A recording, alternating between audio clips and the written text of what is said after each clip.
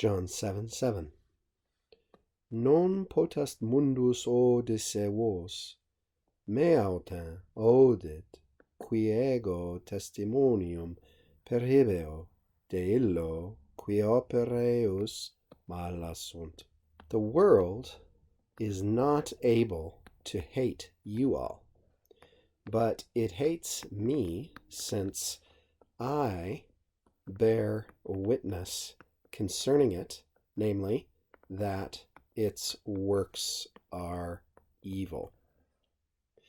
Here Jesus is responding to his brothers who had urged him to go up to the feast in order to make of himself a public figure or to enhance his public image. And of course, Jesus has just finished telling them, my time has not yet come. Your time is any time, because you have the things of the world in mind. And so the mundus is sort of the main character of this verse, if you will.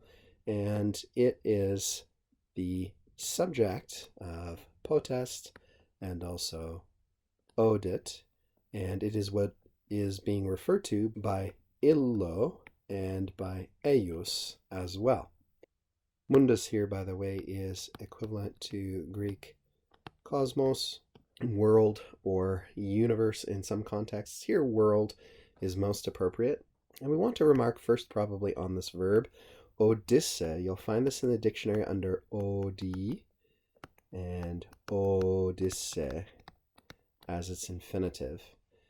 And this is a special verb because it appears almost exclusively in the perfect tense in Latin. There are a few exceptions in different texts, but in general it was most commonly used in its perfect forms with present meaning. And that's the key thing for you to take away when you encounter this verb. The meaning is present, though the form is perfect.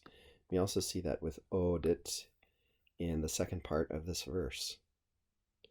Jesus is making a contrast here as well between himself, me, and vos. Now that vos is Jesus's brothers, whom he had been interacting with in the previous verse.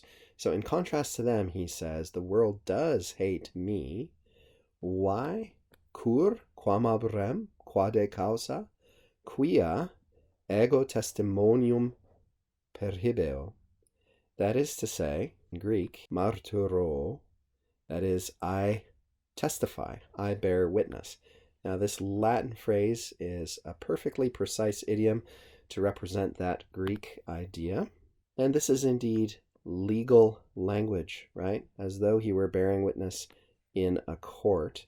He bears witness de illo, concerning it, concerning the world, the mundus, remember back up here, mundus, to the effect that. So we've got one quia up here explaining the reason why the world hates him.